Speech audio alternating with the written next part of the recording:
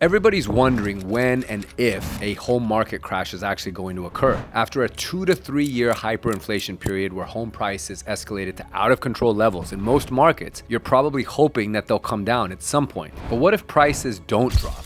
And what if instead of a housing crash, we have what's called a reverse housing crash? What would that mean for you, your family, and your future real estate decisions? I'll explain here in this video why a reverse housing crash is actually more likely than an actual crash and everything that you need to know before it would take place. My name is Arjun Dhingra. I am a 23-year mortgage banking student of the game, not a veteran, a 2-time Taekwondo world champion and former co-head coach for Team USA, husband and father to 2 beautiful girls, and I've called Northern California my home for 19 years. Now, if you like this video and the value that it brings, please make sure to subscribe to my channel and like this video so that it can help me reach more people like you. The more people I'm able to connect and help, the greater that these videos can become. So there's actually been great news for home buyers in 2024. Mortgage rates a few months ago hit a high clip of just over 8%, but they are now down from that point at roughly 6.5%. This has increased affordability and calmed people about their fears with the market. So this saves the average home buyer roughly $400 a month on a $500,000 home. That's a difference between $3,200 a month or $3,600. For those homes here in the Bay Area that are priced at about $1 million or more, savings numbers are double. But for every 1% that mortgage rates either go up or down, BlackRock found in its studies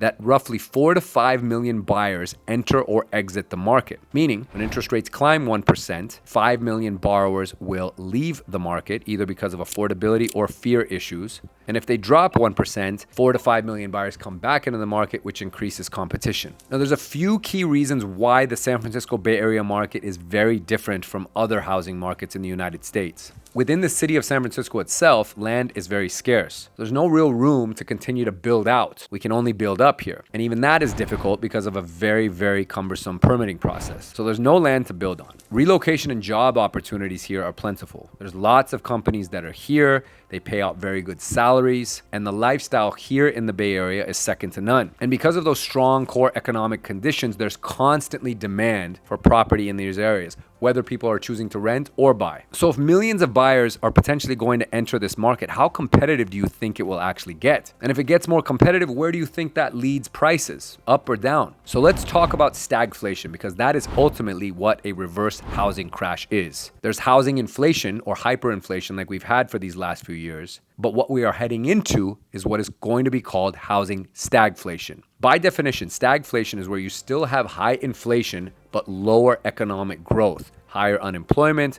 people just not spending as much money, or in other terms, a stagnant economy. So if wages don't increase and the economy slumps, you've got your stagflation. Now for home buyers, here's where the problem is. If there's already a limited supply of available homes and a disproportionate amount of demand for those homes, they will inadvertently continue to climb in price. But for the average person, if their wages or salary are not increasing, those price points tend to get away and you have a huge affordability gap. And that's what the stakes and consequences are for a home buyer today in the Bay Area. So this leaves would-be home buyers with a few tough decisions to make. They either have to really reset and adjust their expectations for buying a property and find something that is a little bit more on the cheaper side because of affordability issues, or they choose to sometimes invest outside of this market. And if none of those work out, they just continue renting. Housing economists, experts, and real estate professionals here on the ground have identified 5 key areas that have led to the resolve and stoic posturing of this current housing market here in the Bay. First is historically low inventory. Homeowners that are in these properties have very low, if not historically low, interest rates. And with a fixed payment that is so low as a housing expense, there is very little, if any, motivation for them to give that up and move on. So this is adding to the intensity of the already low inventory. Without a migration of movers within a city, and if you can't add to the existing inventory of that city because of land or permitting constraints, this leads to a huge problem. So that leads to the construction challenges. Since there's no land to actually build out here in the Bay Area, or San Francisco more specifically, you have to build up. But regulatory challenges, permitting processes, supply chain disruptions, cost of labor and construction goods have all led to much slower construction projects here in San Francisco. And because there is so little or a very slow pipeline of available new inventory hitting the market, it's leading to the supply constraints. There's also demographic demographic patterns. Household formations of millennials and Gen Z buyers have preferences attached to them of bigger homes or do-it-yourself projects. And while there's plenty of great do-it-yourself projects here in San Francisco because of the dated real estate that exists here, you're seeing more of these buyers purchasing property outside the market. Even if they choose to remain in California, they're going north towards the wine country suburbs where they can get more land and bang for buck, or further out into the East Bay where suburbia life is becoming more and more attractive. Especially with work from home landscapes continuing to remain in place, these options have remained appealing for these types of buyers. On the lending side of things, capital for mortgages remains fluid, but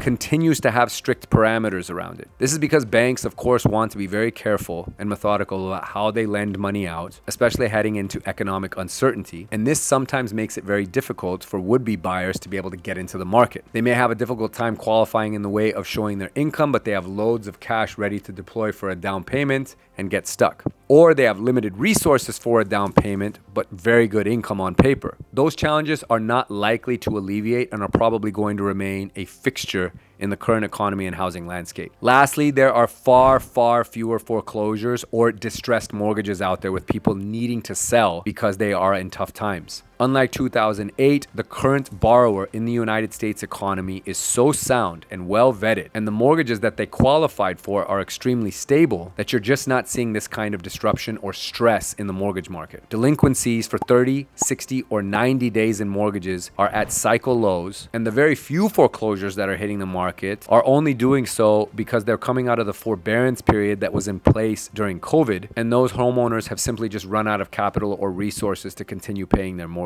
But again, this is a very small and select segment of the market and not something that would-be buyers or speculative investors should be banking on here in San Francisco. So in a reverse market crash, the Federal Reserve could prematurely decide to start cutting key interest rates to stimulate the economy, and all of that money coming back into the economy or money supply would re-galvanize or re-kick up all of that inflation. And asset prices, specifically housing, would take off yet again. And with rising prices and a stagnant economy, you have your stagflation, but attached to housing, you have housing stagflation. And this is the worst kind of economy because it only means, as the old Robin Hood phrase goes, that the rich get richer and the poor get poorer. So if this is going to remain a very desirable place for people to live because of the job environment, the entrepreneurial prospects, and the great lifestyle that all goes in conjunction with it, and you have tight and limited inventory with no sign of changing direction, higher mortgage rates, and an overall slowing economy, you have your recipe and thesis for what I refer to as the reverse housing crash. That does not mean that this is a terrible investment to make. It just means that you need to do your homework up front and understand what kind of market you're entering into. So if you're thinking about purchasing investment property or relocating to the Bay Area or getting off the rental train and onto the property ownership ladder, feel free to send me an email at arjun@lendclear.com and we can start to evaluate and paint a picture of what might be possible for you. Stay subscribed to this channel to learn more about the housing market and the opportunities that you can find within it, and I'll see you guys on the next video.